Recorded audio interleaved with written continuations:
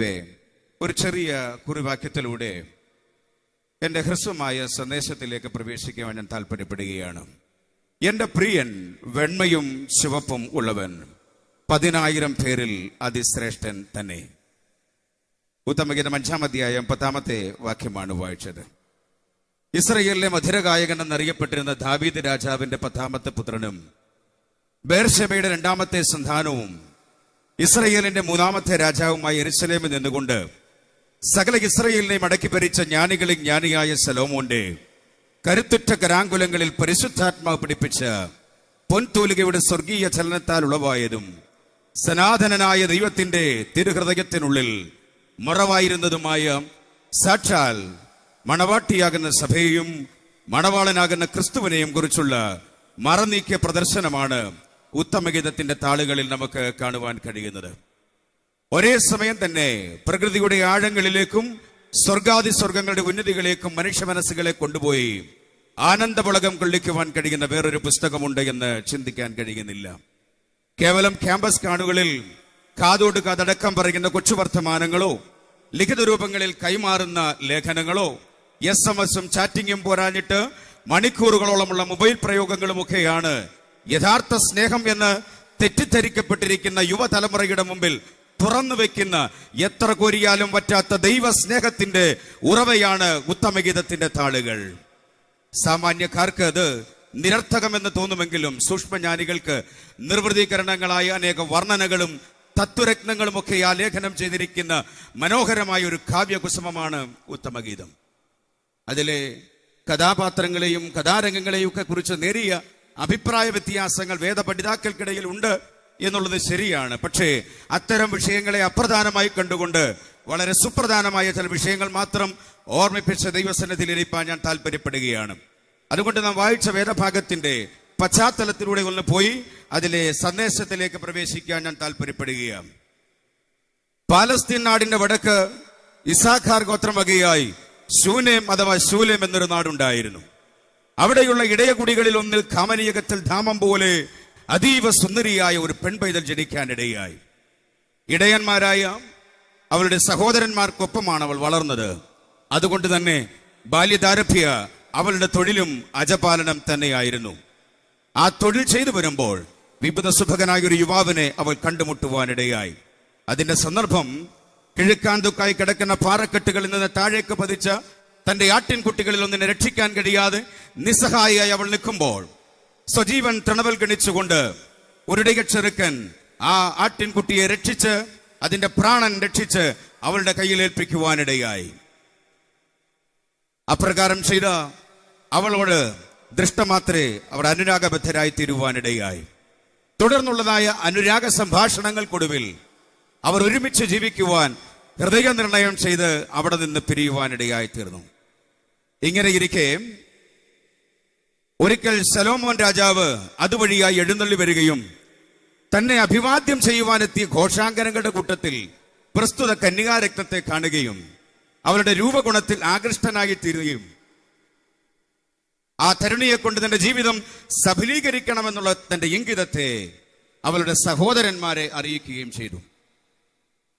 തങ്ങളുടെ സഹോദരിയെ രാജാവിന് വിവാഹം ചെയ്തു കൊടുക്കുന്നത് ഒരു സ്പൃഹണീയ വിഷയമായി കരുതി അവർ അവളെ നിർബന്ധിക്കുവാനിടയായി.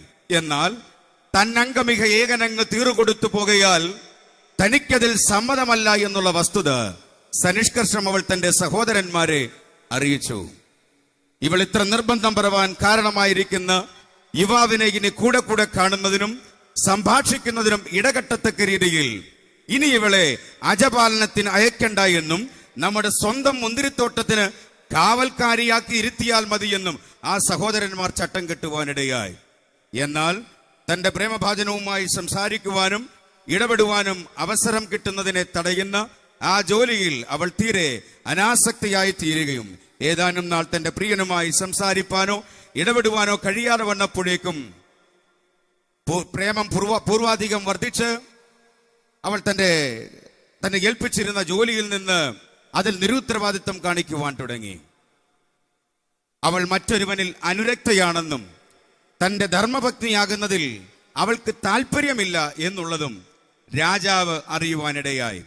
രാജപത്നിയാകുന്നതിൽ അവൾക്ക് താല്പര്യമില്ലാത്തത്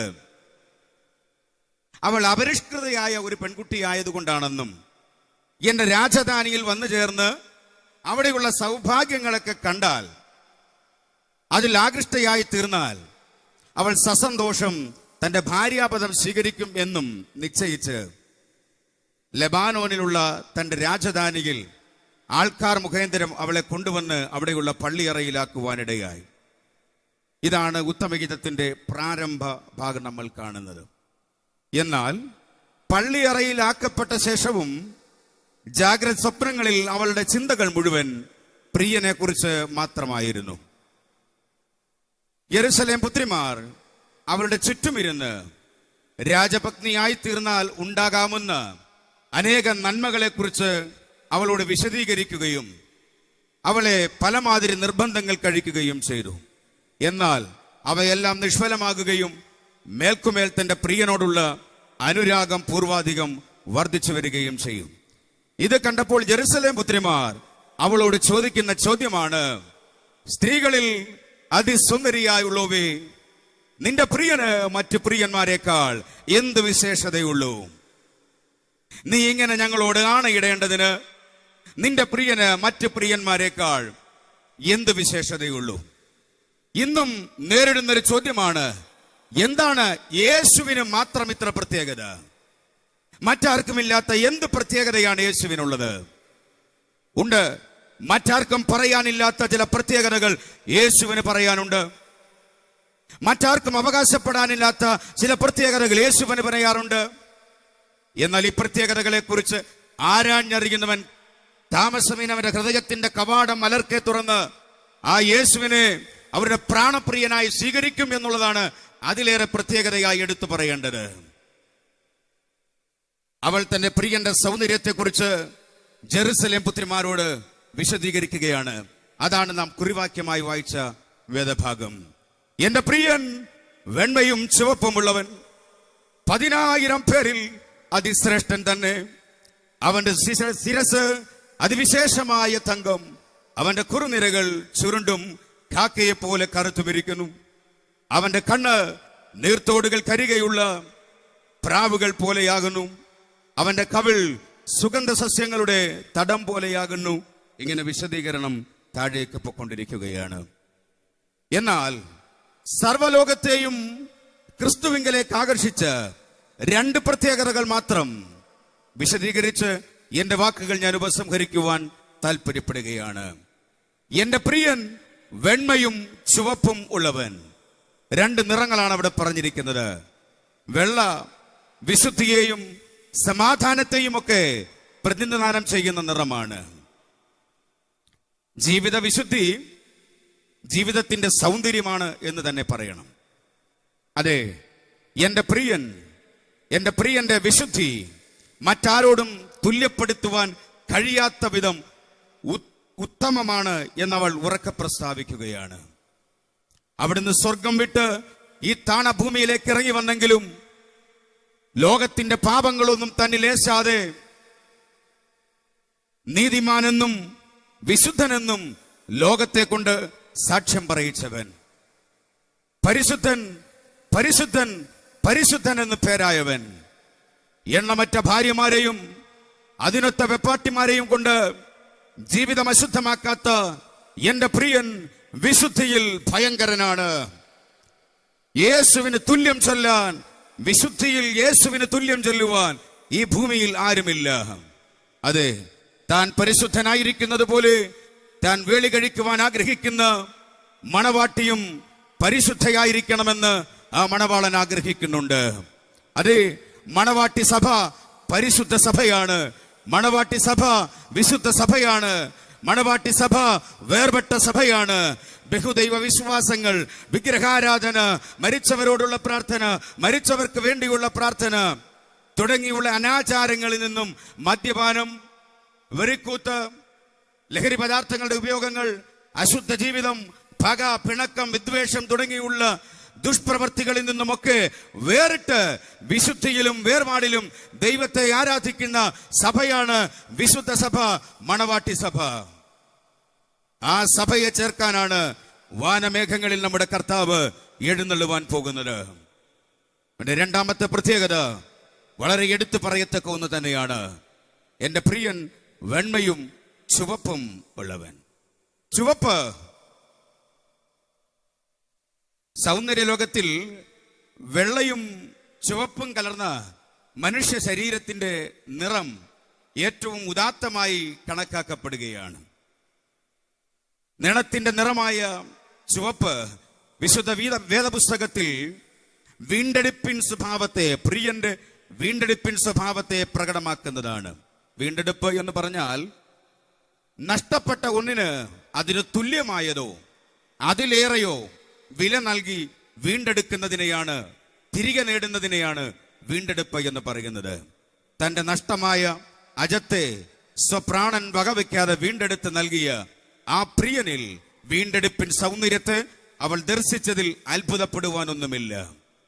നിഴലായി പരാമർശിക്കപ്പെട്ടിരിക്കുന്ന ആ പ്രിയൻ മറ്റാരുമല്ല, പാപത്താൽ നിത്യനരകത്തിന് വിധിക്കപ്പെട്ടിരുന്ന സകല മാനവരാശിക്കും വേണ്ടി മറുവിലയായി തന്നെത്താൻ കൊടുക്കുവാൻ സ്വർഗാദി സ്വർഗങ്ങൾ വിട്ട് ദൈവീക മഹത്വം ഉപേക്ഷിച്ച് വേഷത്തിൽ മനുഷ്യനായി ഈ ഭൂമിയിൽ വന്ന് നന്മ ചെയ്ത് കഷ്ടം സഹിച്ച് ക്രൂശ് ചുമന്ന് ആ ക്രൂശിൽ തറയ്ക്കപ്പെട്ട് അവസാന തുള്ളി രക്തം വരെയും നമുക്ക് വേണ്ടി ഒഴുക്കി തന്ന് നമ്മുടെ പ്രാണപ്രിയനായ യേശു ക്രിസ്തു അല്ലാതെ വേറെ ആരുമല്ല. സ്വന്തം ജീവനെ നമുക്ക് വേണ്ടി നൽകി നമ്മെ വീണ്ടെടുത്ത യേശു ക്രിസ്തു ഇപ്രകാരം മനുഷ്യനെ സ്നേഹിച്ച, ആരാധനയ്ക്ക് യോഗ്യനായ ഒരു പ്രിയനെയും ഈ ലോക ചരിത്രത്തിൽ കണ്ടിട്ടില്ല, ഇനി കാണത്തതുമില്ല. അതേ ലോകത്തിൽ എവിടെയും മനുഷ്യനെ അവരുടെ പാപങ്ങളിൽ നിന്ന് മോചിപ്പിക്കാൻ വീണ്ടെടുപ്പ് വില കൊടുക്കുവാൻ കഴിയുന്നത് യേശുവിനല്ലാതെ വേറെ ആർക്കുമല്ല. അതിന് ഒരിക്കലും വേറെ ആർക്കും സാധിക്കത്തതുമില്ല.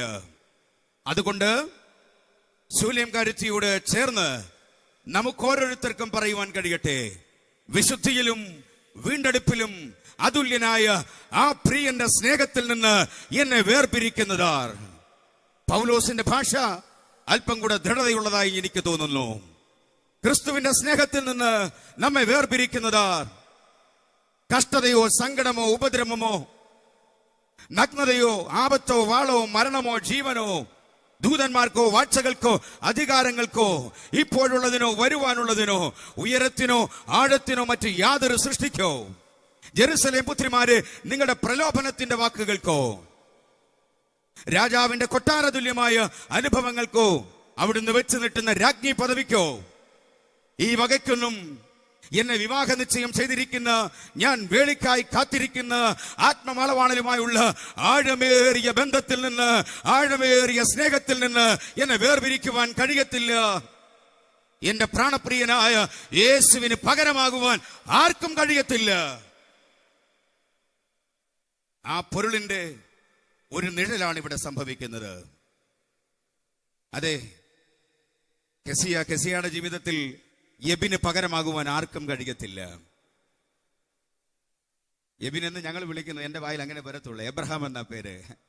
Price the Lord. എബ്രഹാമിന്റെ ജീവിതത്തിൽ കെസിയായ്ക്ക് പകരമാകുവാൻ ആർക്കും കഴിയത്തില്ല. No one can replace Keziah in Abraham's life. തിരിച്ചങ്ങനെയും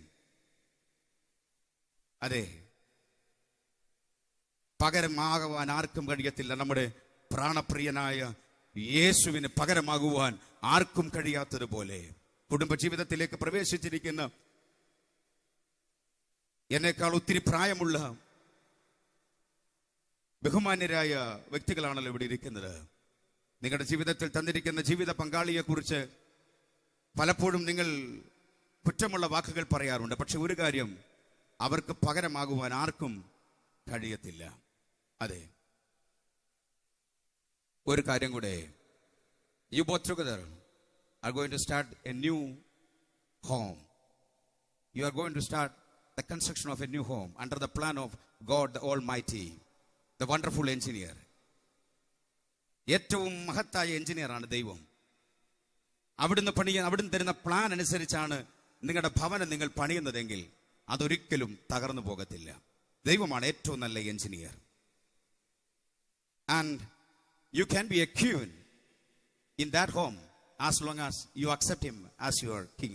ഞാൻ നമ്മുടെ ഓവർസിയറുടെ വാക്ക് കടമെടുത്ത അത് പറയുന്നത്, ബഹുമാന്യ ഓവർസിയർ അദ്ദേഹത്തെ എത്രത്തോളം കാലം ഒരു രാജാവായിട്ട് അംഗീകരിക്കുന്നു അത്രത്തോളം കാലം കെസിയായിക്ക് ആ ഭവനത്തിൽ ഒരു രാജ്ഞിയായിട്ട് വാഴാൻ കഴിയും. ഭർത്താവിന് വീട്ടിൽ എന്തു വിലയാണോ കൊടുക്കുന്നത് അതായിരിക്കും ഭാര്യയ്ക്കുള്ള മാന്യത എന്ന് പറയുന്നത്. നിങ്ങൾ ഭർത്താവിന് ഒരു യാചകന്റെ വിലയാണ് കൊടുക്കുന്നെങ്കിൽ ഭാര്യയ്ക്ക് ഒരു യാചകന്റെ ഭാര്യയുടെ വിലയാണുള്ളത്. നിങ്ങളുടെ ഭർത്താവിന് വീട്ടിൽ ഏറ്റവും നല്ല സ്ഥാനമാണ് കൊടുക്കുന്നെങ്കിൽ അത്രയും മഹത്തായിരിക്കും ഭാര്യയ്ക്ക് ആ വീട്ടിൽ ലഭിക്കുന്ന സ്ഥാനം. അതുകൊണ്ട് ലോകത്തിൽ ബന്ധങ്ങൾ പലവിധമുണ്ട്. സുഹൃത്ത് ബന്ധം, രക്തബന്ധം, തൊഴിൽപരമായ ബന്ധങ്ങൾ, അങ്ങനെ വിഹിതവും വിഹിതമല്ലാത്തതുമായ ഒത്തിരി ബന്ധങ്ങൾ. എന്നാൽ അതീവ പ്രാധാന്യം അർഹിക്കുന്നതും ആഴമേറിയതും ദൈവത്താൽ സ്ഥാപിതമായതുമായ ഒരു ബന്ധമുണ്ട്. വിശുദ്ധ വേദപുസ്തകം നമ്മളെ പരിചയപ്പെടുത്തുന്ന അസ്ഥിബന്ധം. അത് ഭാര്യ ഭർത്തൃബന്ധമാണ്. അതിന്റെ ഒരു പ്രത്യേകത വളരെ സെൻസിറ്റീവാണ്, സൂക്ഷ്മ സംവേദനക്ഷമതയുള്ളതാണ്. എന്ന് പക്ഷേ ഒറ്റ വാക്കിൽ പറഞ്ഞാൽ തൊട്ടാവാടി ശൈലിയാണ്. അതുകൊണ്ടാണ് അതിനെ തൊക്കുകൊണ്ട് പൊതിഞ്ഞ്, മാംസം കൊണ്ട് പൊതിഞ്ഞ്, രക്തധമനികൾ കൊണ്ട് പൊതിഞ്ഞ് വളരെ സൂക്ഷ്മമായി അതിനെ സൂക്ഷിച്ചിരിക്കുന്നത്. അതുകൊണ്ട് വളരെ നന്നായി അത് കൈകാര്യം ചെയ്യണം. പെട്ടെന്ന് പൊട്ടാൻ സാധ്യതയുള്ള ചില സാധനങ്ങളുടെ മുകളിൽ എഴുതി വെച്ചിരിക്കും handle it with care. So family life, handle it with care. വളരെ സൂക്ഷിച്ച് കൈകാര്യം ചെയ്യേണ്ട ഒന്നാണ് കുടുംബജീവിതം എന്ന് പറയുന്നത്. സാധാരണ വിവാഹവേദികളിൽ പ്രസംഗങ്ങളുടെ വിഷയങ്ങൾ ഒത്തിരിയാണ്. ക്ഷമ, ഐക്യത, കരുതൽ, പരസ്പര ധാരണ, പരസ്പരം പങ്കുവെക്കൽ, കീഴ്പ്പെട്ടിരിക്കുക, ബഹുമാനിക്കുക, സ്നേഹിക്കുക, ഇങ്ങനെ ഒത്തിരി വിഷയങ്ങളുണ്ട്. തക്ക തുണയായിരിക്കുക, സന്താനവർദ്ധനവ്, ഉത്തരവാദിത്വം തുടങ്ങി അങ്ങനെ. എന്നാൽ സകലത്തെയും ചേർത്ത് ഒറ്റ വാക്കിൽ എന്റെ വാക്കുകൾ ഉപസംഹരിക്കാൻ ഞാൻ താല്പര്യപ്പെടുക: സ്നേഹിക്കുക. കാരണം സ്നേഹത്തെക്കുറിച്ച് വിശുദ്ധ വേദപുസ്തകം പരിചയപ്പെടുത്തുന്നത് പൂർണ്ണതയുടെ ബന്ധമായ സ്നേഹം. ഏത് ബന്ധവും പൂർണ്ണതയുള്ളതായി തീരണമെങ്കിൽ അതിനിടയിൽ സ്നേഹമുണ്ടായേ മതിയാകത്തുള്ളൂ. ഒത്തിരി ബന്ധങ്ങളുണ്ട്. ഞാൻ ഓർപ്പിച്ചു, അപ്പൻ മക്കൾ ഒരു ബന്ധമാണ്, മാതാവ് പിതാവ് ബന്ധമാണ്, സഹോദരങ്ങൾ ബന്ധമാണ്. പക്ഷെ ഈ ബന്ധങ്ങൾക്കിടയിൽ സ്നേഹമില്ല എങ്കിൽ ഇതെല്ലാം ഒരു ബന്ധനമായി മാറും. അങ്ങനെ ഒരു ബന്ധനത്തിൽ കഴിയുന്ന ഒത്തിരി പേരുണ്ട്, സ്നേഹമില്ലാത്ത ഒത്തിരി ബന്ധങ്ങൾ. എന്നാൽ ഒരു വലിയ കെട്ടിടം പണിയുമ്പോൾ അടുക്കി വെച്ചിരിക്കുന്ന കട്ടകൾക്കിടയിൽ സിമെന്റും മണലും ഒക്കെ ചേർത്തുള്ള ഒരു മിശ്രിതം പശയായി നിറയ്ക്കുമ്പോൾ ഏത് പ്രതികൂല സാഹചര്യങ്ങളും, കാറ്റാകട്ടെ മഴയാകട്ടെ, ഏത് പ്രതികൂല സാഹചര്യങ്ങളിലും ഉറച്ചു നിൽപ്പാൻ തക്കവണ്ണം അത് ബലവത്തായി തീരുന്നത് പോലെ ബന്ധങ്ങൾക്കിടയിൽ സ്നേഹമെന്ന പശ നിറയ്ക്കുകയാണെങ്കിൽ ജീവിതത്തിൽ ഏത് പ്രതികൂല സാഹചര്യങ്ങളുടെ നടുവിലും കുടുംബം നിലനിൽക്കുവാനിടയായി തീരും. അതുപോലെ തന്നെ അതേ പശ കൊണ്ട് കട്ടകൾക്കിടയിലുള്ള വിടവുകൾ അടയ്ക്കുന്നത് ക്ഷുദ്രജീവികളുടെ പതിയിരിപ്പുകൾ തടയുവാനിടയാകും. അങ്ങനെയാണെങ്കിൽ അസൂയ, പിണക്കം, കലഹം, വിദ്വേഷം, അഭിപ്രായ ഭിന്നത തുടങ്ങിയ ക്ഷുദ്രജീവികളുടെ പതിയിരിപ്പുകൾ തടയുവാൻ സ്നേഹം കൊണ്ട് നമ്മുടെ മതിലുകൾ വളരെ ഭംഗിയാക്കേണ്ടതായിട്ടുണ്ട്. അതെ, പിതാവായ ദൈവം തന്റെ ഏകജാതനായ പുത്രനെ കാൽവറിയിൽ തന്നുകൊണ്ട് പ്രദർശിപ്പിച്ച അനുഗ്രഹീതമായ ആ സ്നേഹത്തിൽ അധിഷ്ഠിതമായ ഒരു മനോഹരമായ കുടുംബജീവിതം പണിതെടുക്കുവാൻ കർത്താവ് നിങ്ങളെ അനുഗ്രഹിക്കും എന്ന് ഞാൻ പ്രാർത്ഥിക്കുന്നു. തീർച്ചയായും ഇന്നിവിടെ നടക്കുന്ന നിഴലായ വിവാഹത്തിന്റെ പൊരുളായ വിവാഹം താമസമിന സംഭവിക്കാൻ പോകുകയാണ്. അതൊരു രാജകീയ വിവാഹമാണ്. കേവലം മാസങ്ങൾ കൊണ്ടുള്ള തയ്യാറെടുപ്പുകൾ കൊണ്ട് നടത്തിയ ഒരു വിവാഹത്തിന്റെ ശുശ്രൂഷയാണ് നമ്മൾ ഇവിടെ കാണുന്നത്. എന്നാൽ 2000-ൽ പരം വർഷങ്ങൾ കൊണ്ട് തയ്യാറെടുപ്പുകൾ നടന്നുകൊണ്ടിരിക്കുന്ന ഒരു മഹാവിവാഹം നാം കാണുവാൻ പോകുകയാണ്. അവിടെ ഇതാ സൗന്ദര്യത്തിന്റെ പൂർണ്ണതയായ ആത്മമണവാളൻ ഒരുങ്ങിക്കഴിഞ്ഞിരിക്കുകയാ. മഹത്വം വിതറുന്ന രാജകീയ വസ്ത്രങ്ങൾ ധരിച്ച് അവിടുന്ന് എഴുന്നള്ളി വരുമ്പോൾ മൂറും ലവംഗവും ചന്ദനവും പോലെയുള്ള സുഗന്ധവർഗത്തിന്റെ സൗരഭ്യം ത്രിലോകങ്ങളിലും പരക്കുകയാണ്. കർത്താവ് താൻ ഗംഭീരനാദത്തോടും പ്രധാന ദൂതന്റെ ശബ്ദത്തോടും ദൈവത്തിന്റെ കാഹളത്തോടും അലൗകിക സംഗീതത്തോടും വാദ്യഘോഷങ്ങളോടും അനേകം ദൂതന്മാരുടെ അകമ്പടിയോടും വാനമേഘങ്ങളിൽ എഴുന്നള്ളി വരുവാൻ കാലമായി. മണവാളൻ മാത്രമല്ല, മണവാട്ടിയും കാന്തയും തന്നെത്താൻ ഒരുക്കുകയാണ്. കറ, ചുളുക്കം, വാട്ടം, മാലിന്യം ഒന്നുമില്ലാത്ത ശുദ്ധയും നിഷ്കളങ്കയുമായി തേജസ്സോടെ നിൽക്കുവാൻ അവൾക്ക് ശുദ്ധവും ശുഭ്രവുമായ വിശേഷ വസ്ത്രം ധരിപ്പാൻ കൃപ ലഭിച്ചിരിക്കുകയാണ്. വിശുദ്ധന്മാരുടെ നീതിപ്രവൃത്തിയാകുന്ന അവിശേഷ വസ്ത്രം. കുഞ്ഞാട് പോകുന്നിടത്തെല്ലാം അവനെ അനുഗമിക്കുന്ന കാന്തയാം സഭ മണവാട്ടിയായി ഒരുങ്ങിക്കൊണ്ടിരിക്കുകയാണ്. അതെ, ക്രിസ്തുവിന്റെ കൽപ്പനകൾ പ്രമാണിച്ച് വചനമനുസരിച്ച് വേർപാടും വിശുദ്ധിയും കാത്തു സൂക്ഷിച്ച് ശോഭാ പരിപൂർണയായി നമ്മുടെ ആത്മമണവാളനെ എതിരേൽപ്പാൻ അവനുമായുള്ള വേളിക്കായി നമുക്കൊരുങ്ങാം. മിന്നോ പൊന്നോ കുരിശോ മാലകളോ കൊട്ടോ കുരവയോ ഒന്നുമില്ലാതെ അദൃശ്യനായ ദൈവത്തിന്റെ ദിവ്യമായ ആശീർവാദത്തോടെയും അനേക ദൈവമക്കളുടെയും ദൈവദാസന്മാരുടെയും അനുഗ്രഹത്തോടെയും നിയുക്ത അഭിഷക്തന്റെ മുഖ്യ കാർമ്മികത്വത്തോടെയും അനുഗ്രഹീതമായ ഒരു വിശുദ്ധ വിവാഹത്തിലേക്ക് പ്രവേശിക്കുമെന്ന് നിങ്ങൾക്ക് പ്രിയ സഹോദരൻ എബ്രഹാമിനും കെസിയായിക്കും എല്ലാവിധമായ ദൈവിക അനുഗ്രഹങ്ങളും നന്മകളും ഉയർച്ചകളും അഭിവൃദ്ധിയും സന്തോഷ സമൃദ്ധിയും സമാധാന സമൃദ്ധിയും സന്താന സമൃദ്ധിയും എല്ലാം നേർന്നുകൊണ്ട് ഞാൻ എൻ്റെ വാക്കുകൾ ഉപസംഹരിക്കുന്നു. May God bless you. കർത്താവ് നിങ്ങളെ അനുഗ്രഹിക്കട്ടെ. Praise the Lord. രണ്ട് അനുഗ്രഹിക്കപ്പെട്ട സന്ദേശങ്ങൾ നാം കേട്ടുകഴിഞ്ഞു. പിതാവായ ദൈവത്താൽ സ്ഥാപിക്കപ്പെട്ടതും പുത്രൻ തമ്പുരാനാൽ ഉറപ്പിക്കപ്പെട്ടതും പരിശുദ്ധാത്മാവിനാൽ മുദ്രയിടപ്പെടുന്നതുമായ അനുഗ്രഹീതമായ ഒരു ശുശ്രൂഷയിലാണ് നാം സംബന്ധിച്ചുകൊണ്ടിരിക്കുന്നത്. രണ്ട് വ്യത്യസ്ത കുടുംബങ്ങളിൽ വ്യത്യസ്ത സാഹചര്യങ്ങളിൽ ജനിച്ച് വളർത്തപ്പെട്ട രണ്ട് യുവമിഥുനങ്ങൾ